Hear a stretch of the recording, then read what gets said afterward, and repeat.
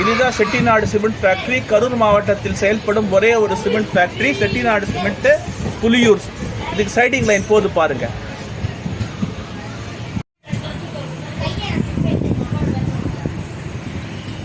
இந்த cement factory தான் இந்த கரூர் சிமெண்ட் ஃபேக்டரி.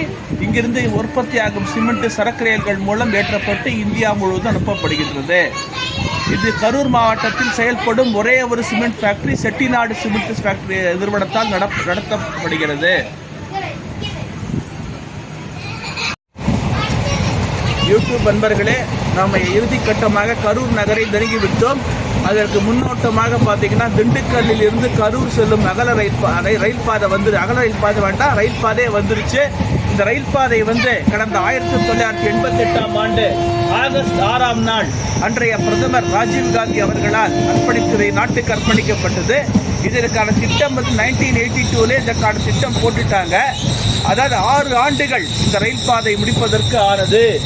கிட்டத்தட்ட 82 போடப்பட்ட திட்டம் 6 ஆண்டுகளில் செயல் வடிவம் பெற்று 1988 ஆகஸ்ட் 6 இந்த நாட்டுக்கு அர்ப்பணித்து வைக்கப்பட்டது. பிறகு பார்த்தீங்கன்னா இந்த கரூர் திண்டுக்கல் வரைக்கும் போகிற ரயில் பாதை திண்டுக்கல், மதுரை, நெல்லை, தூத்துக்குடி, நாகர்கோவில், கன்னியாகுமரி வரைக்கும் நீடிக்கப்பட்டது.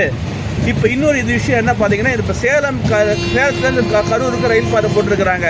அதையும் இந்த பாதையோட மெர்ஜ் பண்ணி விட்டதுனால வட இந்தியாவும் தென் இந்தியாவும் எளிதில் நிற்காது. நமக்கு ஏற்ற ட்ரெயின் நின்றுட்டு இருக்கு பாருங்க. இது திண்டுக்கல் சைட்லேருந்து வரக்கூடிய ஒரு வண்டி.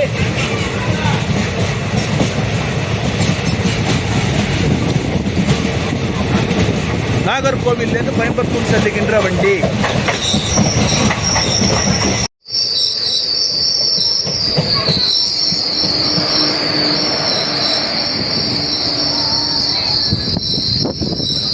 பசுபதிப்பாளையம் வந்துவிட்டோம். பசுபதிப்பாளையம் அமராவதி ஆற்றை கடந்து வந்து விட்டோம். அமராவதி ஆறு கரூருடைய என்ட்ரன்ஸ் பாருங்க.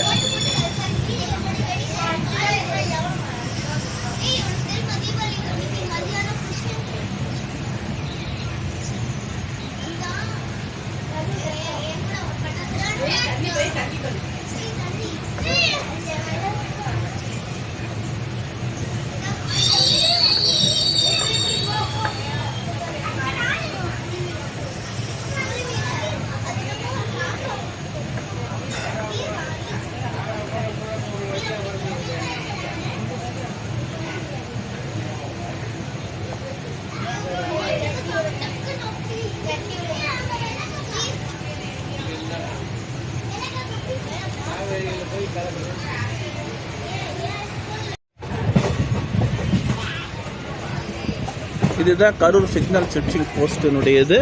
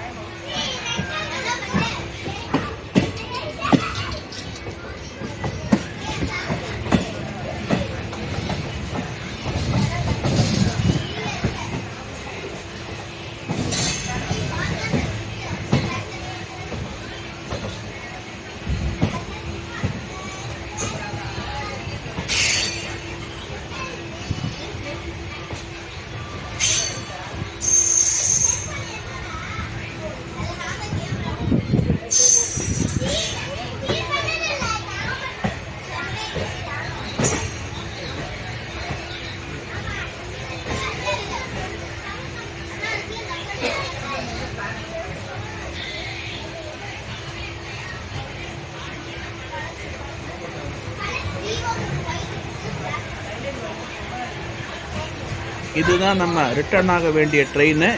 இப்போ சேலம் கரூருடைய வேலை நடைபெறுவதால் இந்த கரூர் ரோட் ஷார்ட் டெர்மினேட் பண்ணியிருக்கிறாங்க. இது வந்து 3 மணி 45 நிமிடங்களுக்கு இங்கேருந்து புறப்படும். இதில் தான் நம்ம திருச்சி போக போகிறோம் பாருங்கள்.